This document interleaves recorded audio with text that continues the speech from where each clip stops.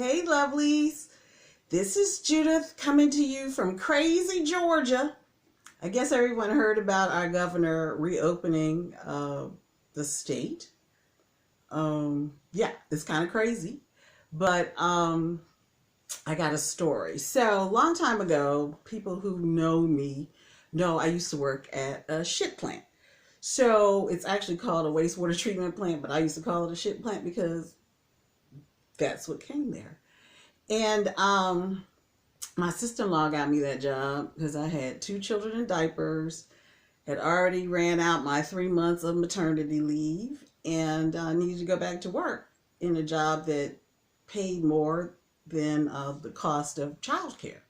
So she got me this job, and because they didn't have that many women working there. Matter of fact, there was only like one other woman at the time, and or two. So I went for the interview, and this is me. I got makeup on, hair done, nails done, all that, and I show up at this place that looks like something out of a movie. And they asked me, "Do you know what we do here?" And I'm like, "No." So it was explained, and I was like, "Look, I got two children in diapers. As long as you give me some gloves, I'm straight." So the thing about this job was that there were a lot of people there who, like, there was no requirement for a high school diploma even, but it was a good paying job working for the city at the time. So, here I am working with a bunch of guys.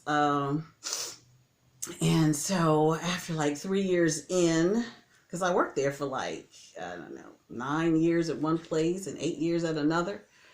And so we go up on top of this tower. Basically, it was 40 feet high, and they wanted us to clean it out, like go inside of this 40-foot cylinder and with a fire hose and clean it out. So they had all of us dummies up there on top of the tower. You had to climb up like with those metal railings that look like fire escape. That's how you got up there.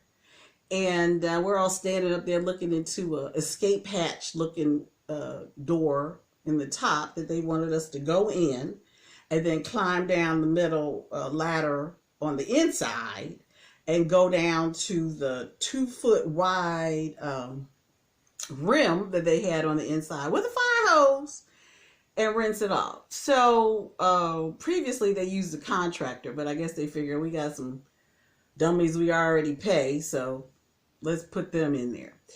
So we're standing up there looking in, and I'm thinking, this is not how I planned on dying. So I can't go in there. But, it was a good job. I needed a job, so I couldn't just come out and say, "Hey, I'm not doing that," because that's insubordination. So the first thing I said was, "So do you have one of those air testers so that you can see whether or not it's safe for us to go in?" And my supervisor's like, "No, we don't have that. We didn't plan for that." I was like, "Well, you need that because we can't go in without air quality results." So he's like, "All right, well, we'll order this test and this little machine, and when that comes in, then we'll reschedule." All right. So that gave us like a week and a half, and so then we reconvene on top of the tower, and he's like, "Okay, so we're going to go in tomorrow." And I'm like, "Yeah, but do you have some protective equipment? Because I'm not going in there just with some gloves. I mean, I'm going to need a mask. I'm going to need a suit. I'm going to need the right kind of boots and gloves." So, of course, he's pissed at me now, the supervisor. And the rest of the guys are looking at me like, "Okay, we'll let her talk." And so he's like, "Oh, okay, well, help me order the protective gear that you need to go down in there, and then we'll wait for that to come in, and then we'll reconvene." So we did that. That was another 2 weeks, which was great. And then, so we finally go up on top, and we're all suited up like we're ready to go in. We got the air quality is tested, protective gear, all of that. So I was like, "Yeah, so we got to go 20 feet down inside of this dark ass tank. We don't even know if all of the ladder rungs are there. And with a fire hose, of which even on solid ground, I can't really handle. So do you have a harness?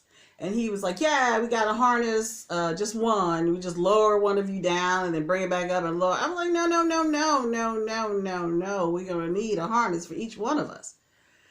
And finally, the supervisor just gave up because he was not going to order a harness for each one of us and tether it and all of that stuff. So he thought better of it and I guess decided to get a contractor. I don't know how that was resolved. I didn't care. Long as I didn't have to go down there, it's all good.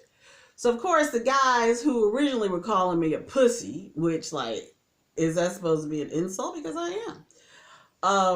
They were happy that I was talking. So I say all that to say, if you're a salon owner or barbershop owner or tattoo artist, that's your individual work. And if you can, provide protective equipment for yourself and for your clients and all of that, that's up to you and your clients. Now, if you are renting booth space and you expect your other stylists and estheticians to come in, then you have to make sure that you have all of that safety and protective equipment, and you have read the CDC guidelines, and you've already thought of what you would do if somebody comes to your door that's sick, and you need to ask them to leave or whatever you're going to do with them. And so all of that has to be in place. Now, if you're the employee in a situation like this, then that's why I told that story, because you have to require the right kind of safety equipment for you to feel comfortable doing the job that's asked of you.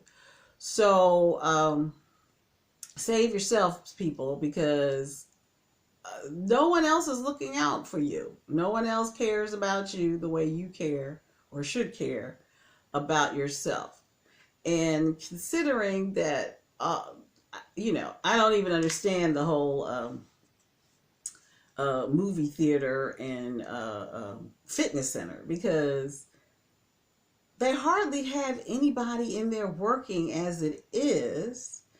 And most of them are kids or, young people who I don't know how comfortable they feel with confrontation when people come there with no mask on. You just gonna let them in? You gonna argue with them at the door? What are you gonna do? I mean, to put something like this in action without any real thought on how to roll it out is irresponsible. And so like I said, protect yourself. And so just so you know, the CDC guidelines are online so that you can read them and see what is required and where you're lacking. And also this, the WIN sanitation program for the Las Vegas hotel. First thing out, published by the hotels. So they're contemplating how to get started. And even in the beginning of his policies, it says, some things have to be in place. Testing has to be in place. You need to be able to report when somebody comes to your establishment that is possibly ill. You can't just release them back into the wild and have them infect other people and nobody knows about it. And also just letting you know, they've already started human trials. I don't know if you read about how they tried out that quinine, the thing that the president is interested in because he's got some interest in it. They tried it out on veterans in the Veterans Hospital, on black men, and it didn't work. And in fact, people died from using it. So just know that it's always going to be about money. It's not really about your safety when it comes to the government's concerns. So it is up to each and every one of us to be smart and to read and to prepare and save yourself.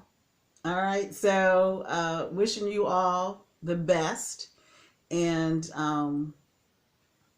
pray for me too, because I haven't gotten any money from anything, not a stimulus check, not an unemployment check, not that disaster relief loan, and I am self-employed. So, and I'm still not going to go out there. So just letting you know that if I can bite the bullet because I don't have no cash coming in, then we all need to just be careful. All right? Peace.